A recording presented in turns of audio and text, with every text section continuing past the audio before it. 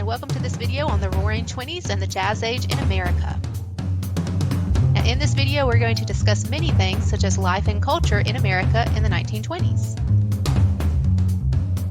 In Europe, the Great War left behind death, destruction, and poverty. But in the US, the economy roared. After the tumult of World War I, Americans were looking for a little fun in the 1920s, and they got it.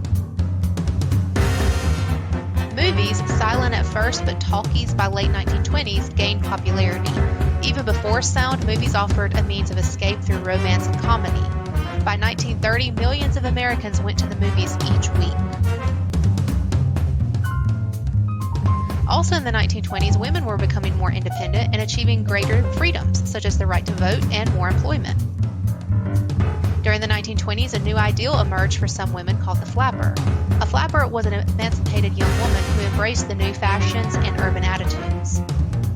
The Jazz Age also took place at this time. Jazz was the most popular music of the 1920s. It started in New Orleans in the early 20th century and spread.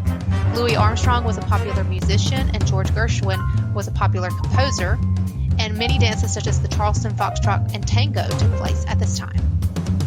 As the popularity of jazz grew, so did the outcry against the new music by traditionalists, but that didn't stop people from lining up to get into jazz clubs and experience this new phenomenon. Before long, African American musicians were traveling the world and spreading this distinctly American music to an international audience. Changes abounded in the 1920s. Women dared to dress to show their legs, bob their hair, and drive automobiles by themselves. Young men took off in flying machines and danced to ragtime music. As the American songwriter Cole Porter wrote, "In olden days, a glimpse of stocking was looked on as something shocking, but now, God knows, anything goes."